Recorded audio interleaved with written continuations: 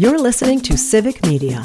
You can tune into any of our live shows on any radio station across the state with the Civic Media app. Find us in your phone's app store and listen anytime, anywhere.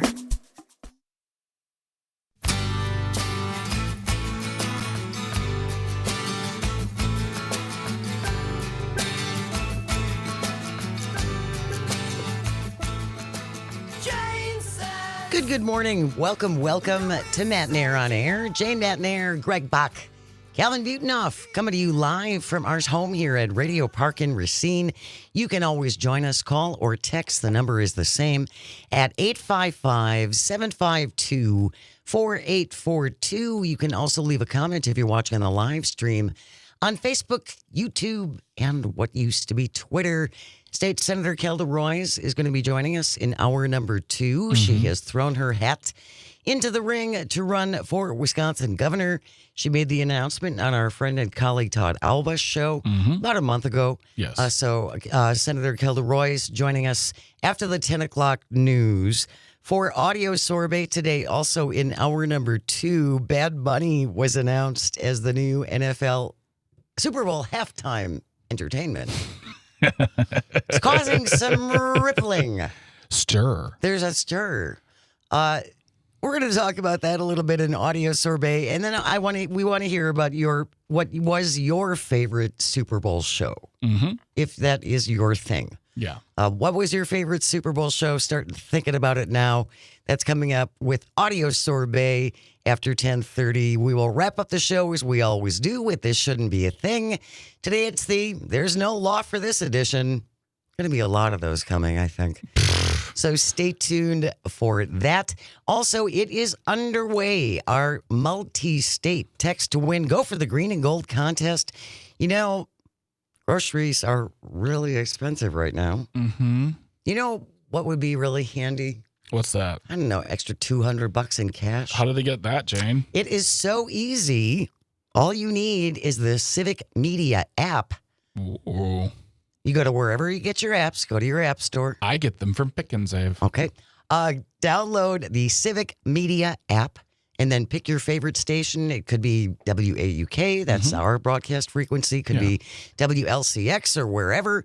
Pick your favorite station. And then here we go. Text in this word. This is the word. Calvin, do we have our little drum roll, please? The word to text in via the Civic Media app is warm. W-A-R-M. Warm is the word. You have until 10 o'clock to text in the word warm. W-A-R-M. Warm. Warm. Warm. Warm, not worm. Warm. That's true, I guess, yeah. W-A-R-M, spelling counts. You're in the running for that $200 in cash and gold jewelry. That's our daily prize. Grand prize, of course, that incredible package. 2 club-level indoor seats to see Green Bay and Minnesota, November 23rd at noon, and a gas card. That's to get you there and back. It's worth $1,550. nice. Nice chunk of change there, and that $200 in cash, I think, for at least one trip to the grocery store, that would probably come in pretty handy. A down payment. Down payment on your grocery bill. Text in the word warm. W-A-R-M.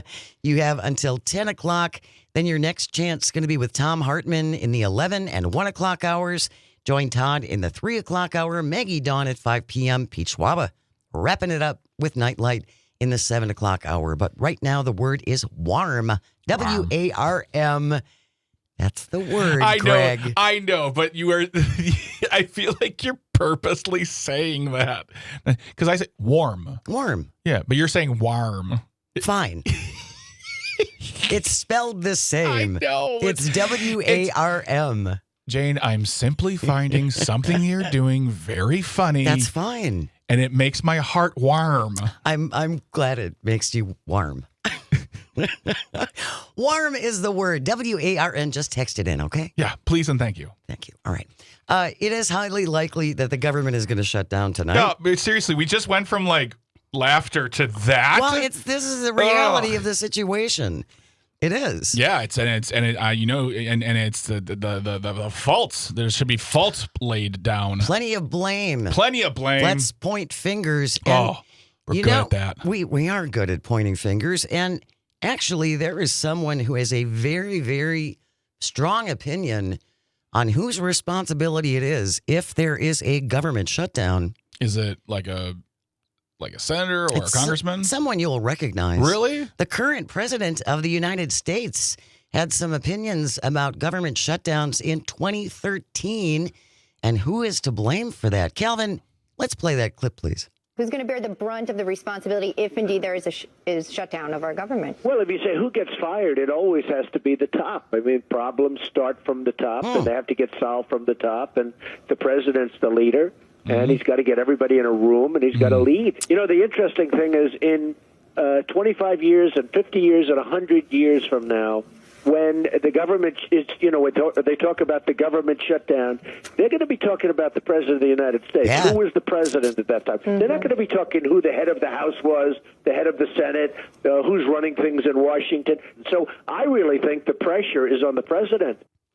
Donald Trump in 2013 talking about whose fault it is if there is a government shutdown, which is likely going to happen tonight. Yeah. And I know it's not, he said 25, 50 years from now, but that was 12 years ago when the government shut down. Barack Obama was president. And granted, there's ample place to point your finger at him. That's fine. But who was in control of the purse strings in 2013? I think it was Republicans. I believe it was. Who is in control of every branch of the government, including the Supreme Court right now? Yeah, so the White House, the Senate, and the House, all under Republican control. So I feel like if we're going to apply 2013 logic, and I'm using that word logic real loosely here when it comes to Donald Trump, if we apply that logic to what's happening today, I mean, it just makes sense.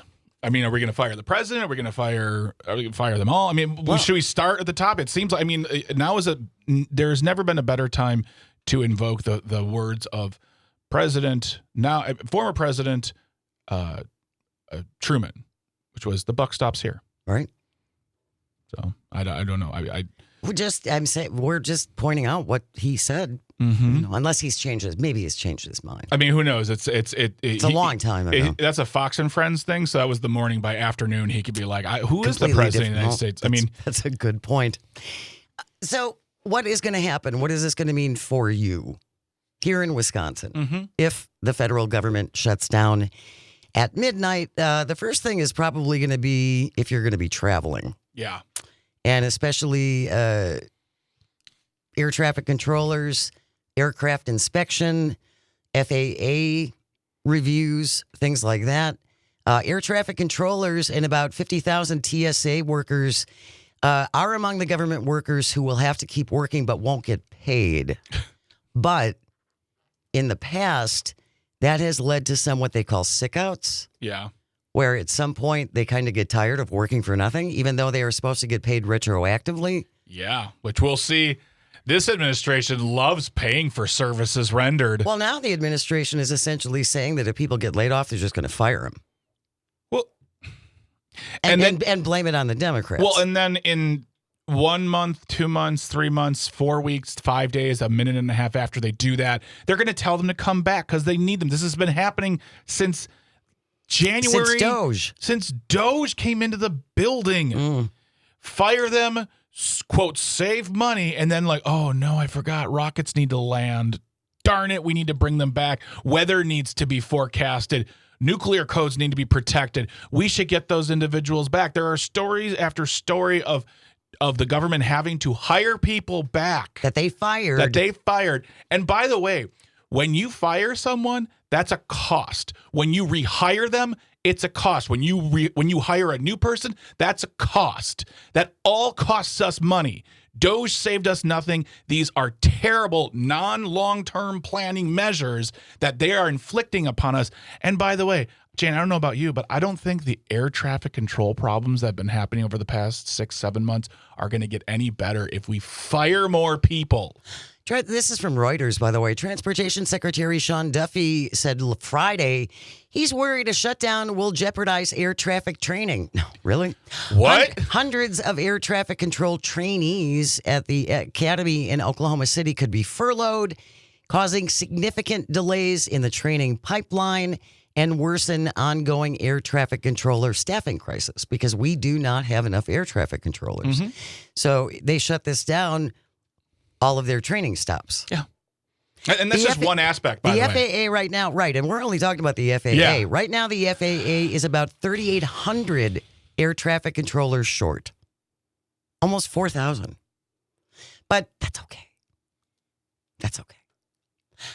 And don't believe the Republicans when their whole thing now is that Democrats want to restore the subsidies to the ACA, which is Obamacare, so they can cover illegal immigrants' medical costs. No, that's not a thing. No, that's really not a thing. No, because what's going to happen is that if you are on traditional insurance that you like that is non-ACA acquired, your premiums are going to go up. Period. Yes, all of our premiums are going up. If you're on the ACA, they're going to go up even more. And people on the ACA got a tax credit every year to help afford those payments.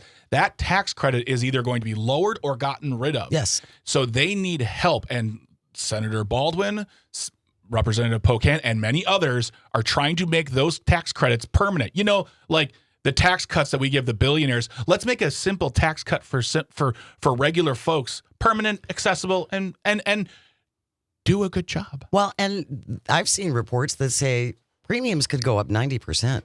I mean, 90%. I haven't seen those per se. I've seen 20 to 25%. But the fact is, if you're on the ACA, your premiums are going up a lot. A lot. So, yeah, again, from a politician standpoint, Jane, I don't understand this. If you just make those tax credits permanent, they cost barely anything to this country. And then you get to say, hey, we helped you. And then you can do, then burn your 15th boat with your 14th boat. I don't care. But like these little things that you can do by not doing them and then also lying about them and saying it's illegal aliens who are taking our health care. Yeah, that's not it's just bunk. I almost swore. I almost said the C word. Calvin, watch that dump button. Yeah. Just in case we want to remain. How I was raised. I think the C word's a swear word. Remain FCC friendly here. You can always join the conversation, 855-752-4842, especially if you are on the ACA. Yes, please. We want to hear from you. I would love to hear from you because my husband and I were on it for a brief period of time when I was in between jobs. Mm-hmm. It was not inexpensive. No. I mean, even with a subsidy, it was not, we didn't pay $50 a month. Well, and that's the other thing, too, the lies they've been spreading. I'm thinking of a conversation that Speaker Robin Vos had with Lou Ann Bird last year, lying to her face, saying that people are on Medicaid and Medicare and all this stuff. Obamacare is free. It's not free. It was never free. It was never free. And spinning that yarn. We're going to continue this conversation. We're talking about the impending government shutdown. You can always join us. You're listening to Matenaer on Air. We're coming to you across the Civic Media Radio Network. Stay with us. We will be right back. She don't mean no harm. She just don't know what else to do about it. Jane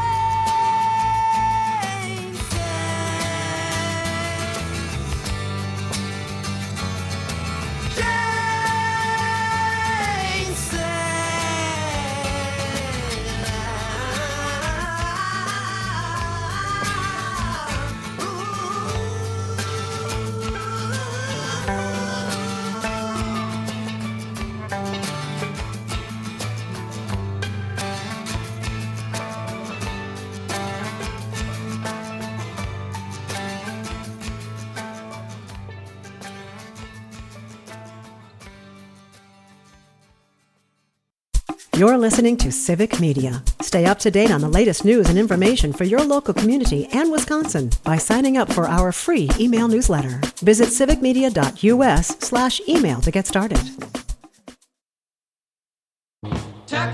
tack it up, buddy, gonna shut you down. It happened on the strip where the road is wide. Good morning. Welcome back to Matenaer on Air. Jane Matenaer, Greg Gottbach, Calvi Teeny on the board. Coming to you from our studio at Radio Park in Racine. You can always join us, call or text.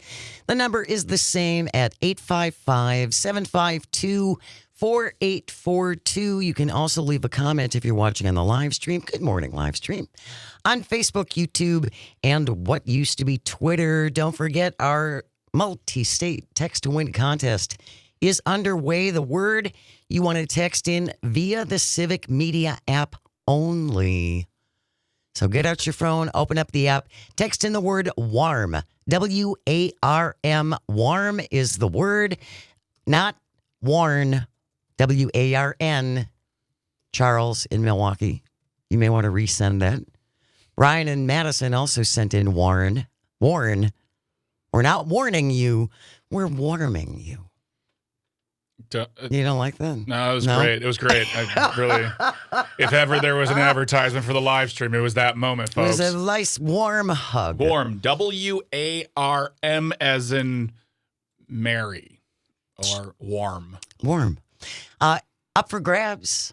Everybody could use an extra $200 in cash right now. Our daily prize, $200 in cash, gold jewelry. Everyone who enters is in the running for the grand prize, 2 club-level indoor seats to see Green Bay and Minnesota November 23rd at noon with a gas card to get you there and back. So text in the word WARN. Warm, W-A-R-M, is the word you have until 10 o'clock. Before we went to the break, we were talking about the impending government shutdown, which unless there's a deal made, and it seems somewhat unlikely at this point, that's not going to happen. So what is this going to mean for people here in Wisconsin? What does this mean for folks in Wisconsin? This is from NPR. If you're planning on international travel and you don't have a passport yet, I'd do it today. U.S. passport agencies will stay open if the government shuts down, but it's going to take a lot longer to get your application processed and employees furloughed. So if you have been thinking about applying for a passport, I would do it today. Yeah. Just jump on it, get it done. It can take several months. Yes.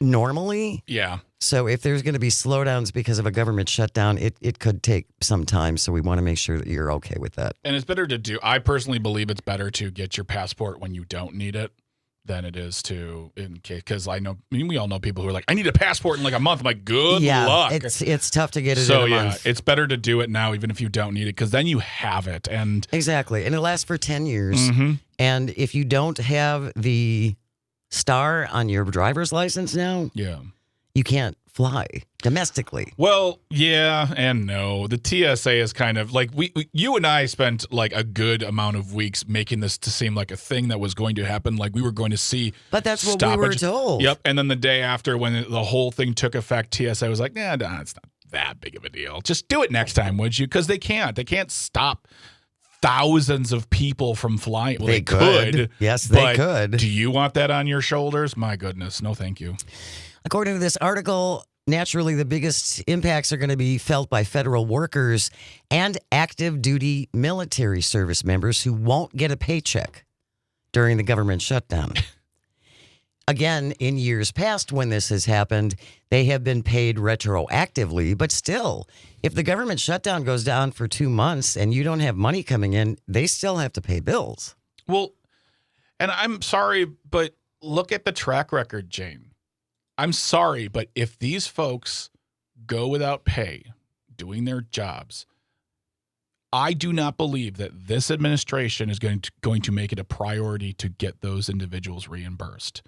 They are going to hem and haw, tell them, well, if you loved your country, you would just give up the time and give up the money. We could use it. We want to be rich again, and it'll come back to you in another way. I do not see these individuals, unless there's a court order or someone finds a 0 and a 1 that says press that, and they will just get automatically reimbursed. I can see this administration trying to snake people out of trying to sift a them out of their total money. of millions of dollars in reimbursements. Even though if you listen to our president, and we're going to talk about this in the next half hour, we've taken in trillions with a T in tariffs. It's on the tariff shelf, according to our president. Is that's a technical term? He calls it the tariff shelf. I just have a spice shelf. And so apparently there are just wads of cash on our tariff shelf. that's available. Well, when we want to loan $20 billion to Argentina, we got money for that. We've got money for the really shiny gold decorations in the Oval Office now that world leaders are apparently so impressed with. Disgusting. It's so gaudy. It's so disgusting. It's so obnoxious. PJ on the live stream, and you make some good points, PJ. Passports are expensive. They are. Mm-hmm. An adult passport costs $165 for a first-time passport, $130 to renew by mail or online. Also a $35 acceptance fee for first-time applicants and a $60 optional fee to expedite it. Don't get that if you don't need it, please. And a fee for 1 to 2 day delivery of the passbook if you need it faster. That's why I say get it when you don't need it, because you don't want to be rushing for this. And the fees are just they pile up. So yes, it is absolutely an expense. There's no doubt about it, but it is important to have it, and it's a good thing to have. Yeah, it really again, is. And PJ makes a good point. Not everybody can afford a passport. No, they can't. But that's we're talking 250 almost. That it adds up. Yeah. There's a lot of folks who just don't have that extra cash on hand. We will see what happens. Maybe something will happen today.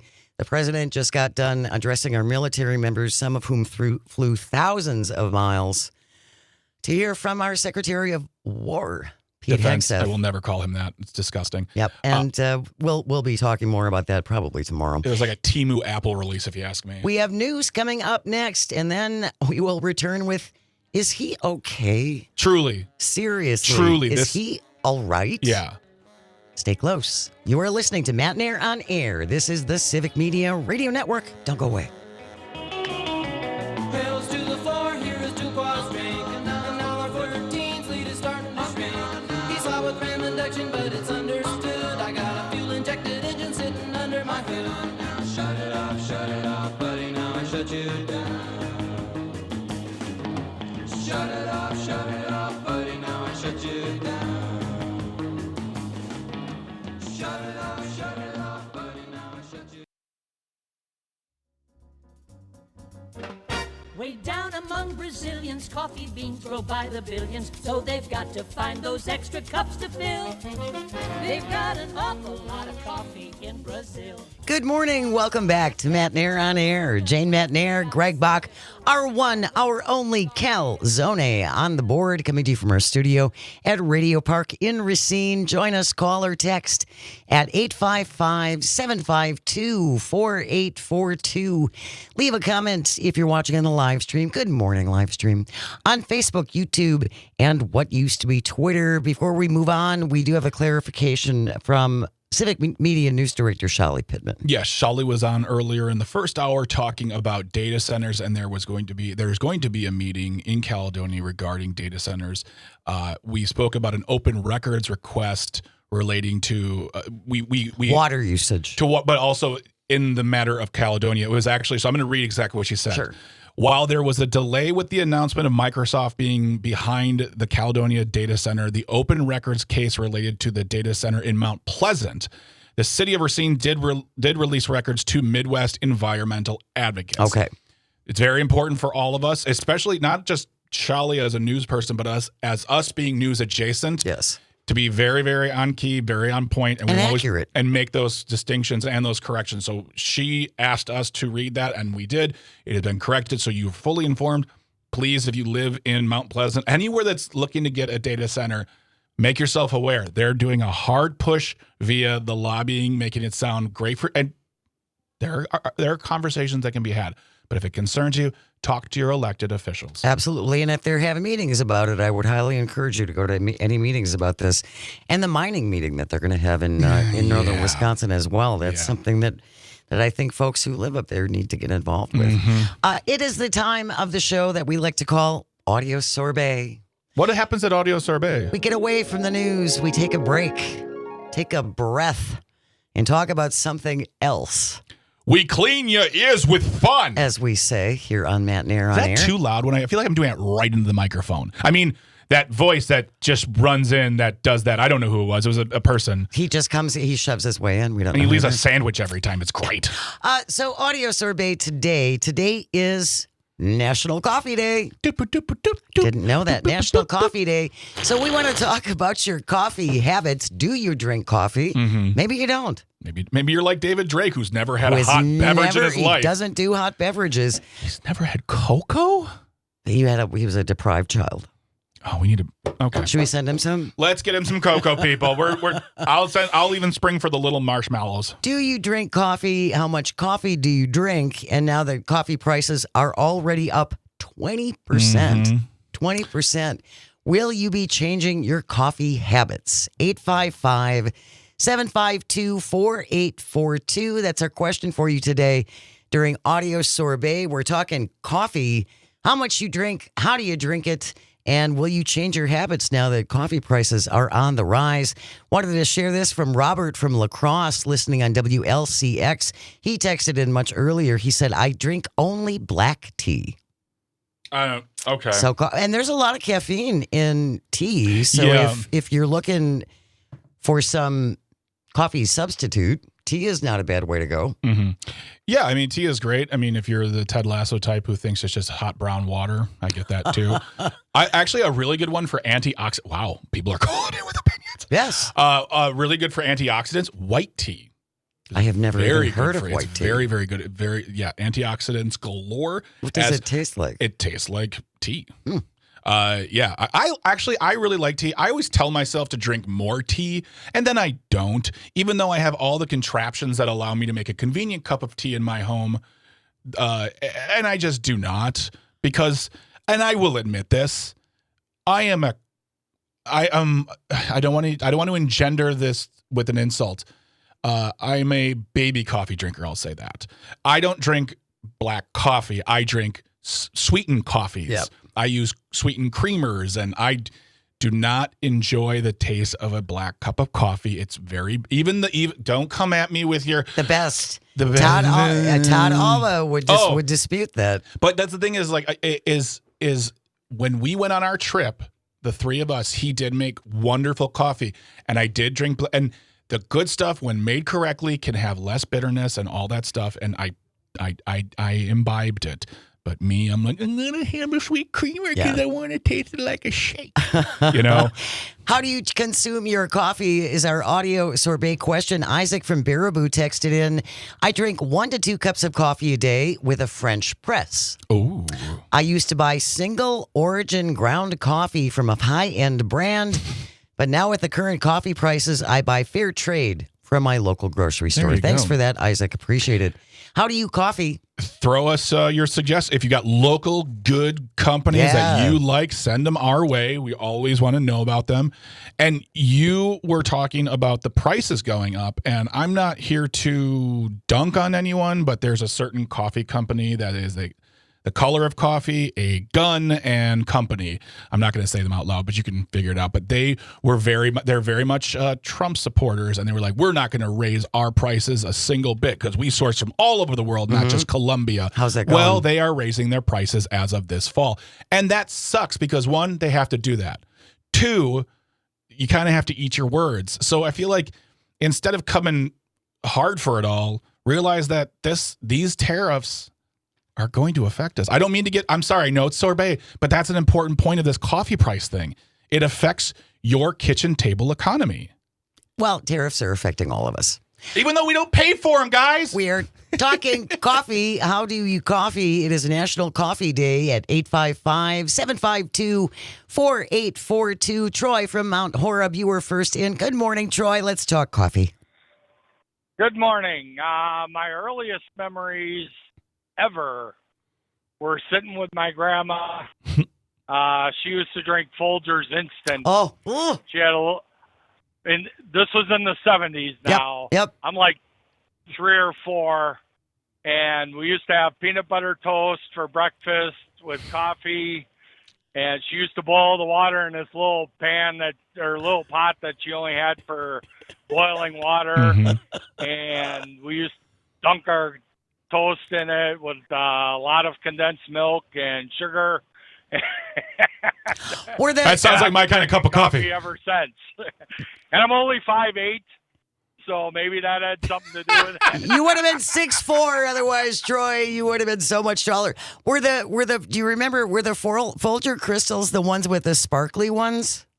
Yes. Mhm. Oh, absolutely. Because my mother used to. My mother used to do that. I was fascinated with the sparkles in the instant coffee. That was a selling point back in the day too. They were like Folger crystals. I'm like, those are the moments as a kid. I don't know about you, Troy, or you, Jane, or anybody listening.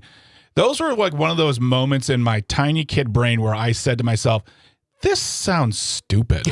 Like, why do we care if you're like there are because it was pretty." Exactly. They just want to make your coffee look sparkly, drinkable. Exactly. Thank you so much, Troy. Really appreciate that. Brought back a lot of memories. My mother drank Folgers. The instant. We had Folgers instant. We had the big pot, and then the big can, and then when the can was done, we'd use that for oil from cooking. We'd put all of the oil in there. Yes, absolutely.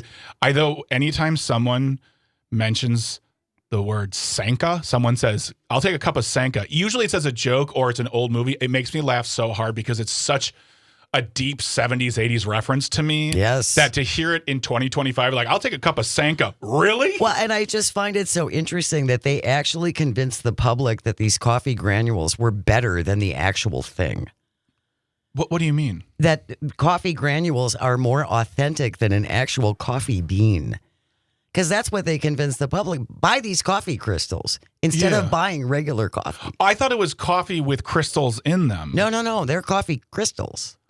Oh, because it's instant coffee. Yeah, my parents did not. Okay, my apologies. We're all about truth in advertising and news here. My parents did not do instant Folgers. We did Folgers drip. Oh, okay. In the big canister. Completely different thing. But also, instant coffee I never made a successful instant cup of hot cocoa or anything in my life. You always had to put more and more and more. And I feel like instant coffee is just gonna be like, it's chewy. Well, and it was there's a very specific taste to it. And I think that kind of played into the whole 60s, 70s space food sticks and all of that stuff in the instantaneous. There was this big, it's got to be a miracle thing. This coffee tastes like flying cars. 855-752-4842. How do you coffee? Maybe you don't. And are you going to cut back now that coffee prices are already up 20%? Al from Campbellsport is on the line. Good morning, Al. Thanks so much for joining us. Let's talk coffee. Yes, good morning. Enjoy your show. Thank you. I make a 30-cup percolator pot of coffee, and that lasts me probably a week. Okay. So that's... And I like Colombian. Yeah. Colombian flavor, that's my best. But so do you drink... So you pre-make all your coffee and you drink it through the week. For you, and I'll ask you, Jane, and anyone else listening, when is your cutoff? You're like, I can't drink it after 2 p.m. or I can't drink it after noon. I know people who drink coffee at 8 o'clock at night. Don't understand those psychopaths. Too. But do you have a cutoff then for you? Like you parse it out like 5 cups a day or 6 cups a day, and then you're done by a certain time? yeah, right. Probably around 8 o'clock I quit, and then I drink water or bubbler. I drink bubbler. Have you ever heard that? Yeah, I have. Yeah, I haven't heard of that. I like that wild cherry. That's really good. Yeah, it's like a fizzy water. Fizzy water. Yeah, it's tasty. That's interesting. 8 o'clock. Okay, that's good. That's good though, Al. I'm glad you followed it up with you drink water then too, because I think that's another important thing. I know when I haven't had enough water after coffee because my mouth is dry. I can't. It's very dehydrating. It's very dehydrating. But it's so delicious. Al, thank you so much for calling. Jane, you're a pretty regular coffee drinker. I've gone back and forth. When I was in college, that's when I started. I never drank coffee before until I got into college. And then I stopped for a really long time. And then when I moved to Milwaukee and started at the radio station and I was working overnights, then I really hit coffee hard. Yeah. And that was when I found if I didn't drink it on weekends, I would get crushing headaches.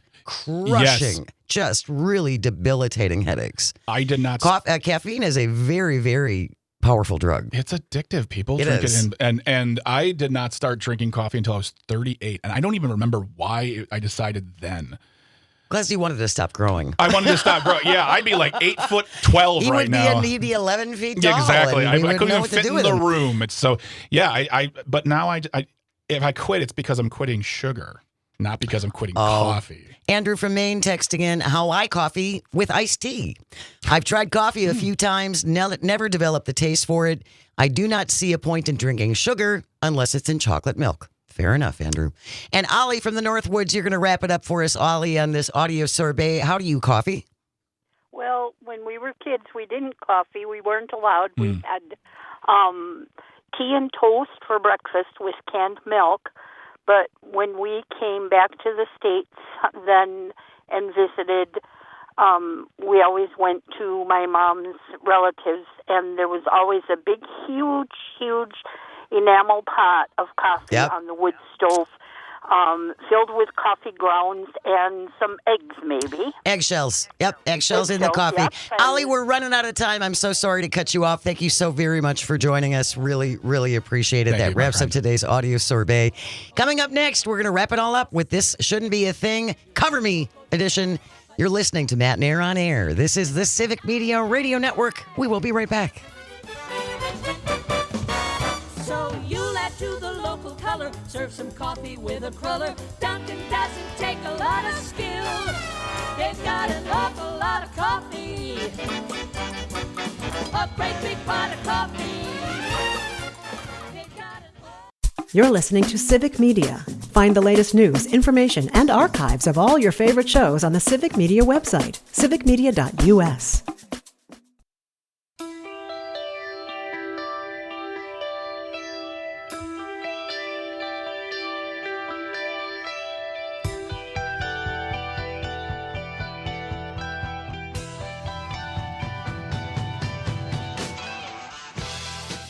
Good morning. Welcome back to Matenaer on Air. Jane Matenaer, Greg Bach, our one, our only Calzone on the board. Coming to you from our studio at Radio Park in Racine. Join us, call or text at 855-752-4842. Leave a comment if you're watching on the live stream on Facebook, YouTube, and what used to be Twitter. Coming up on the show tomorrow, it is Thursday, 2nd of October. It's the 2nd of October. You don't know this song. I just made it. It's the 2nd of October. It is October Oh today. my gosh. Friend, colleague, host of Amicus, the Law Review, Jim Santel, is going to be joining us. Yes. There's a lot to cover with Jim Santel. He might just stick around for 5 to 7 hours. Yeah, it could be. Hour number 2, we'll lighten it up. J.R. Radcliffe will be here, the Acme Packing Company's J.R. Radcliffe, to talk all things sports. And then we'll wrap it up where we are right now. Yeah. With This Shouldn't Be a Thing. And don't forget, coming up after 11 o'clock, Tom Hartman is going to have another keyword for you for our multi-state text to win. Go for the green and gold contest. Be listening to Tom 11 to 1 or 11 to 12 and then 1 to 2. He'll have a new word for you in both those hours. You have to use the Civic Media app. Todd Alba has another word for you in the 3 o'clock hour. Maggie Dawn, 5 p.m. Pete Schwaba at 7 o'clock. Even before that exciting thing on Pete Schwaba's show, there's something happening on his show tonight at 6:30. Oh, there's something big happening. Cal, can I get the? I didn't ask you for this. Can I get the drum roll again? What's happening tonight on Pete Schwaba's show Nightlight at 6:30? I will be on the show. What a downer. Seriously. What a waste of a hot. Great. Yeah, I'll be on the show at 6:35 with Pete to talk about the Milwaukee Comedy Festival starting next unofficially Monday with the Roast of Milwaukee. But then on Tuesday, we kick it off officially, the 20th anniversary, the 20th festival. Aparna Sharla, who has been on TV, been in movies, wrote a wonderful book, kicks it off at Lakefront Brewery, but we'll be talking more about that in the coming days. But on Pete's show tonight, 6:35, I'll be there talking with him about that, the festival, as well as comedy, because we always talk about comedy, because he and I are both stand-ups, have a lot in common on that level, but I'm very much looking forward to seeing him and talking to him. And also just a really quick thing, too, depending on how the game goes today, we may know who the Brewers play this Saturday if the Cubs win game 2, I will be very not You happy. won't be the only one. So, yeah. Join Pete Schwab tonight, Nightlight at 6:30. Learn all about the Milwaukee Comedy Festival. Let's go support our comics. Yeah. It is late, Calvin. 10:55. That means it's time for... This shouldn't be a thing. Should you ever find a thing you think should not be, send it into Greg and me at Jane Says at civicmedia.us. This is from huckmagazine.com. Watch your mouth. Calvin found this one. Headline reads, Vibrations and Victories at the World Worm Charming Championships. Yes. Maybe we don't need legal marijuana. On the flat green expanse of a school playing field in Cheshire, England, a crowd armed with French horns, recorders, pogo sticks, and pitchforks are preparing for the 46th annual World Worm Charming Championships. For the next 30 minutes, every square meter can make the difference between glory and going home wormless. Wait, what? Wait a minute. Teams have 30 minutes to coax as many worms as possible from a designated 3x3 meter plot. No digging, no use of water. Instead, worms have to be charmed by vibrations, which the organizer says works because the worms think it's raining. So then they come out. This seems mean. There's the traditional twanging, driving a garden fork into the ground and then rhythmically vibrating it so the soil shivers like rain. Some prefer music, from harmonicas to heavy metal blasted through speakers. Others prefer stamping on it with a variety of footwear. The 75-year-old organizer, Mr. Forster, that's his full name, co-founded the event in the early 80s. When asked why he did it, he's like, man, cocaine is amazing. Amazingly, it's quite awe-inspiring to watch the worms come out. Everything you see is true. We just enhance it a little bit and make it a little bit more magical. He has seen the championships grow from a small village oddity to now a Guinness World Record-holding spectacle. That doesn't mean anything. Guinness, whatever. Don't be dissing the worm championships. This should not be a thing, is it not? 3,000 people turned out last year. The worms are carried to the counting tent after the event, where volunteers sift through them looking for the winner. Last year, the winning plot produced 71 worms that were brought to the surface by tapping garden forks with rubber mallets. We'll include the link in the show notes. Oh, yeah, absolutely, because you need this in your life. When asked for comment, the worms were like, can you just leave us alone? That wraps up today's episode of This Shouldn't Be a Thing. Thank you, Greg and Calvin, and all of our engineers. Without you, nothing works. And thank you most of all for calling and for texting and for listening and watching on the stream. It really means the world. I hope you find some joy today, even if it's just the littlest of little bits, and you have the chance to share it. We have news coming up next, followed by Tom Hartman. Be listening for that keyword for our multi-state text to win. Go for the green and gold contest. Have a wonderful day. We will be back tomorrow.